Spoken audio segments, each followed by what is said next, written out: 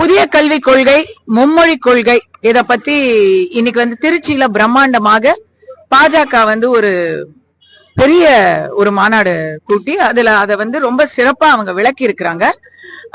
என்ன பொறுத்த வரைக்கும் பாஜக மட்டும் இல்லாம அனைத்து கட்சி கூட்டம் இன்னைக்கு முதலமைச்சர் ஸ்டாலின் அவர்கள் எப்படி டீலிமிட்டேஷன் ஒரு பூச்சாண்டி காமிச்சு அது லிஸ்ட்லயே இல்ல. அது எனக்கு தெரிஞ்சு டீலிமிட்டேஷனை பத்தி மத்திய அரசோ இல்ல ஹோம் மினிஸ்டரோ யாருமே அதை யோசிச்சிருக்க வாய்ப்பு இல்ல. ஆனா முதலமைச்சர் ஸ்டாலின் யாரும் யோசிக்கிறதுக்கு முன்னாடி அவர் அதை முன்னிறுத்தி எடுக்க யோசிச்சு அதை பெருசா ஆக்கிக்கிட்டு இருக்காங்க. அப்ப அவர் எல்லாரையும் கூப்பிட்டு அத ஒரு ஸ்ட்ராங் பண்ணிட்டே இருக்காரு. இருக்குதோ இல்லையோ அவருடைய பேச்சுக்கு ஒரு 4 பேர் கூட்டி சேர்த்துக்கிறாரு.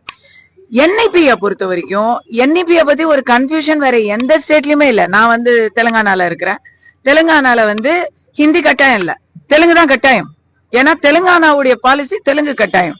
அங்க என் பையன் ஒரு சிபிஎஸ்இ ஸ்கூல்ல படிக்கிறான். எனி இந்தியன் லாங்குவேஜ் ஏதாவது ஒண்ணு படிச்சுக்கோங்க அப்படிங்கிறாங்க. அது எது வேணா இருக்கலாம். எல்லா இடத்துலயும் இருக்கிற அந்த ஒரு தெளிவு இங்க ஏன் இல்லைன்னு சொன்னா அரசு, மாநில அரசு யாருக்கும் தெளிவு வந்துடக்கூடாதுன்னு நினைக்குது. இத பாஜக தனியா பண்ணாம பப்ளிக்ல இருந்து 4 பேரு, இன்ஃபுளுசர்ஸ் 4 பேரு, மற்ற கட்சிகள் 4 பேரு, மற்ற மாநில தலைவர்கள் எல்லாரும் வச்சு இத கொண்டு போனாதான் மக்கள் கிட்ட போய் சேரும்.